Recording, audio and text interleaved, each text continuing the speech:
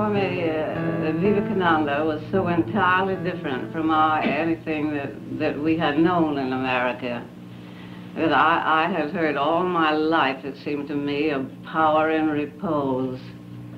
And the first time I had seen it was in the presence of Swami Vivekananda. I went to the Vedanta house, and I sat on the front seat so that I wouldn't miss anything. And Swami entered by a side door, and immediately I knew that there was something extraordinary about him.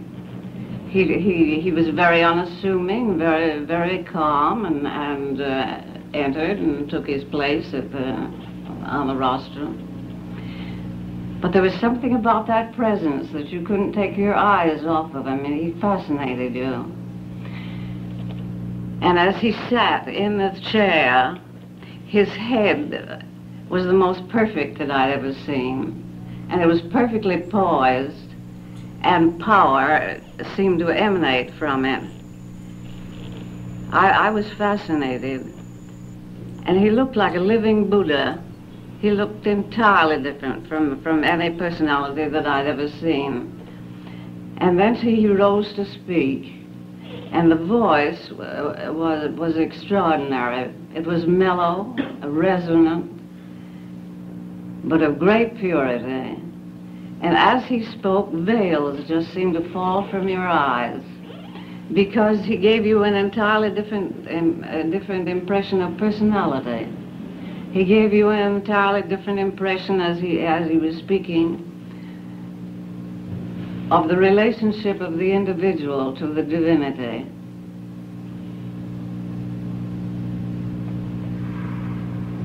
And I remember as I looked at him, it seemed to me that there was an ocean of consciousness back of him. And in some way there was no limit to this personality. His awareness was in the vision within. And as we see people, we see them limited because their awareness is entirely connected with the body. With Swami Vivekananda, it seemed to me that there was this ocean of consciousness back of him, and in some way that focused and flowed through his words. As Vivekananda was speaking, the purity of that personality was so great, it just seemed to me divinity was reflected in it.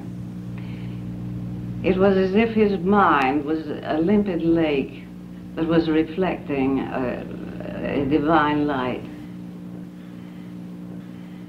Swami Vivekananda's the sense of I had expanded into something that was vast and deep and very, very pure and very, very powerful, because it just penetrated within and it aroused something within that never was there before.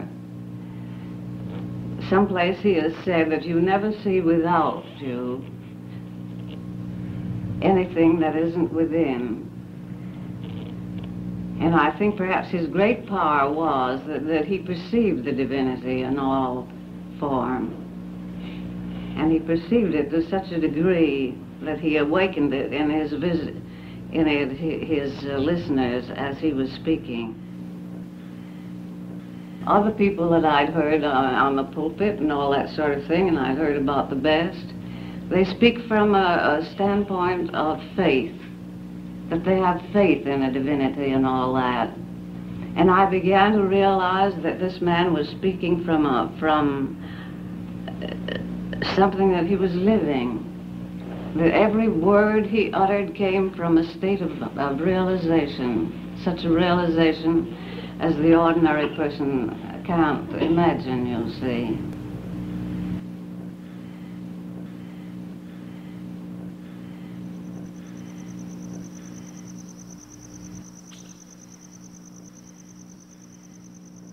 A month before I came in contact with Swami, he wrote to Miss McLeod, I don't know whether you know who she is, yes. And he said, more and more I feel that I am being drawn into nirvana. and he spoke of it as the strange and the wonderful. And 2 years later he passed away, and Sister Naleta said that more and more in his presence she felt that she was standing on the shores of an ocean of luminous light.